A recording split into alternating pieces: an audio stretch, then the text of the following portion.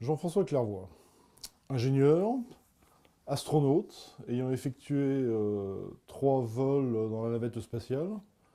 Tu vas donc pouvoir nous parler de la formation des ingénieurs et de ce que cette formation t'a apporté lors de tes missions spatiales. Alors la formation ingénieur, c'est d'abord un très bon souvenir.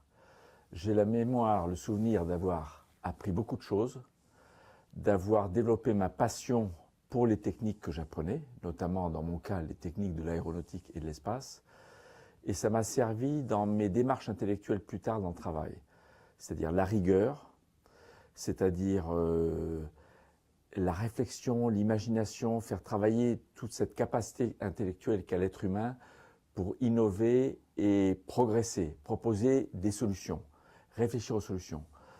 Quand on est astronaute, notre formation consiste essentiellement à être formaté à résoudre des problèmes. On sait à l'avance qu'il y aura des problèmes et on est formaté à être capable de développer les solutions innovantes, en ayant d'ailleurs une diversité dans le groupe, puisque les astronautes sont sélectionnés à la fois parmi des ingénieurs, des pilotes, des plongeurs, mais aussi des astrophysiciens, chirurgiens cardiaques, océanographes, vulcanologues. Et c'est cette diversité qui fait qu'on a une capacité d'innovation dans la recherche de solutions à un problème. Si on la donne qu'à des pilotes, ils vont tous raisonner de la même façon. Mais si vous avez un scientifique, un ingénieur, un pilote, peut-être un plongeur, un astrophysicien, eh bien, ils ne vont pas penser à la même solution, la même démarche. Mais ce qui nous rassemble tous, c'est d'abord la rigueur de pensée, l'honnêteté intellectuelle, ajoutée au savoir. Parce que ce que je retenais en sortant de Super-Héros, de l'école polytechnique puis de Super-Héros, c'est que je savais des choses. Je maîtrisais des équations complexes, je maîtrisais des techniques, je savais comment fonctionnait un vaisseau spatial, comment fonctionnait un avion. Donc voilà, c'est ce que j'appelle le savoir. Mais le savoir ne suffit pas. Il faut savoir en faire quelque chose.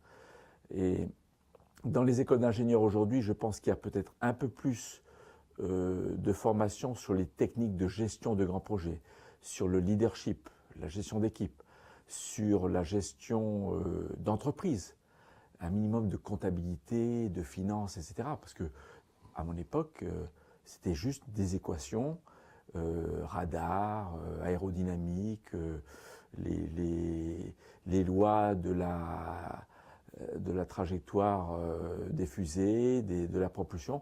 Aujourd'hui, il y a un peu plus que ça, parce qu'effectivement, un ingénieur, c'est bien s'il invente un nouveau système, mais ça ne suffit pas. Il faut savoir le vendre, il faut savoir le définir, il faut savoir l'utiliser. Écrire le manuel d'emploi d'un instrument ou d'un appareil ou d'un vaisseau spatial, c'est peut-être encore plus difficile que de concevoir le vaisseau lui-même. En général, l'ingénieur se fait plaisir quand il met au point un truc technique complexe, mais quand il s'agit de le donner à un utilisateur, lui expliquer comment l'utiliser, c'est peut-être encore plus difficile. Je résumerai mon acquis en école d'ingénieur en la démarche intellectuelle pour bien appréhender un problème, le savoir, maîtriser les équations, les techniques, les matériaux, etc.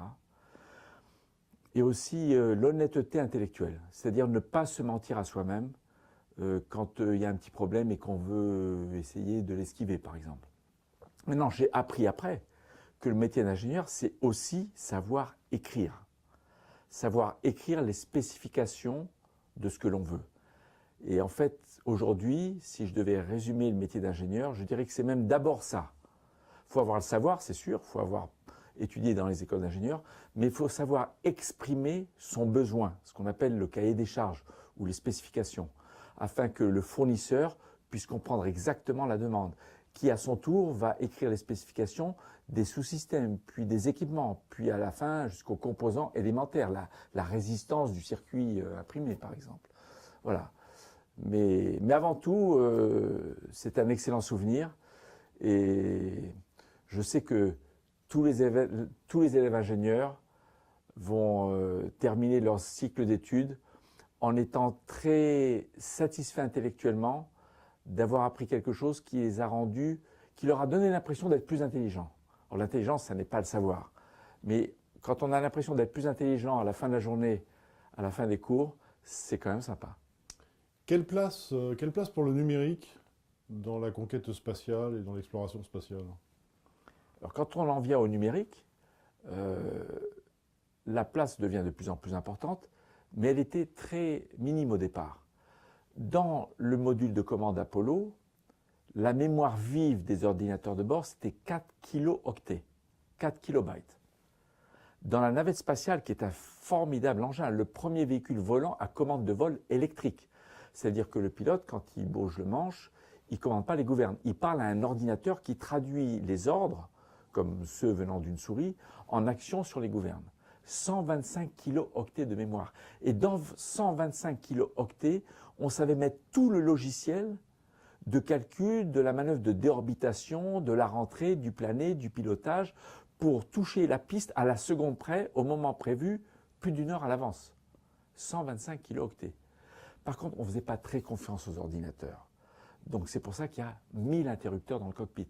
Pour chaque équipement, chaque valve, chaque instrument de la navette, il y a un interrupteur dédié avec 3 positions. On-off, ou ouvert-fermé pour une valve.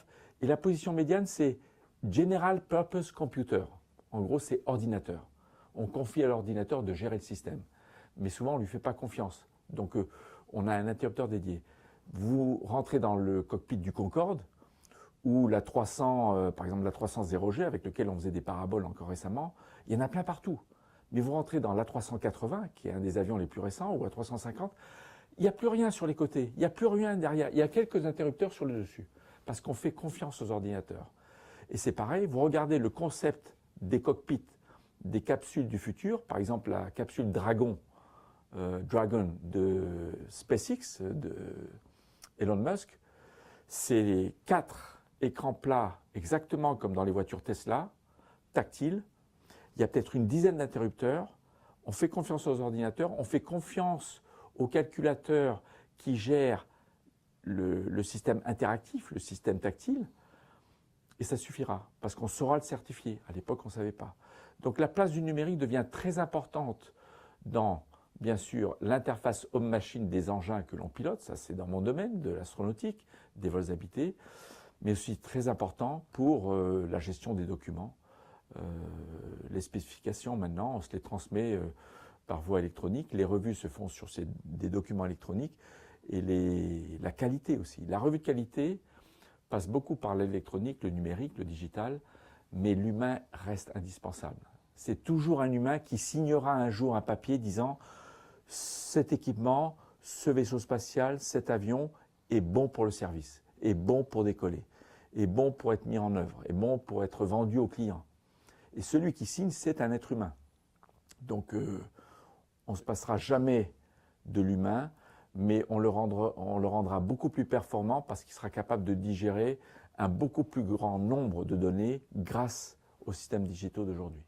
Et Jean-François, si tu devais partager un souvenir de tes missions spatiales, ce serait quoi?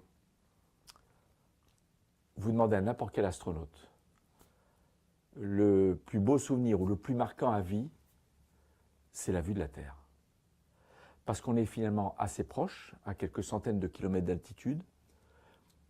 On la voit presque pas dans sa globalité, on voit à 2500 km à la ronde. Donc on voit quand même, on voit qu'elle est ronde, on voit que c'est une sphère sur fond noir vide du cosmos. On ne voit pas les étoiles, sauf si on éteint toutes les lumières, si on fait quelque chose pour les voir. Mais en regardant par le hublot depuis un habitat qui est éclairé pour qu'on voit ce qu'on fait à l'intérieur, c'est éclairé, comme ici dans mon bureau, eh bien, on ne voit pas une seule étoile. C'est noir d'encre. On a l'impression qu'il n'y a rien d'autre. Donc, le champ de vue porte à 2500 km à la ronde. Il défile très vite à 28 000 km à l'heure. C'est-à-dire qu'on fait 16 tours du monde par jour. Donc, en quelques minutes, on passe des glaciers de l'Himalaya aux atolls turquoises de Polynésie, aux forêts tropicales, au désert. Et en plus, c'est beau. C'est beau parce que la Terre a une vie géologique, climatique très contrastée. Les ouragans, les volcans, les glaciers, les déserts. Elle a une vie biologique aussi très contrastée. Et c'est ce vivant, cette activité qui fait évoluer la Terre depuis ses origines, qui la rend belle. Et je ne sais pas si on a été programmé pour trouver ça beau, ou si c'est beau dans l'absolu, si un alien venant d'ailleurs en arrivant vers la Terre, diraient « Waouh, qu'est-ce que cette planète est belle !»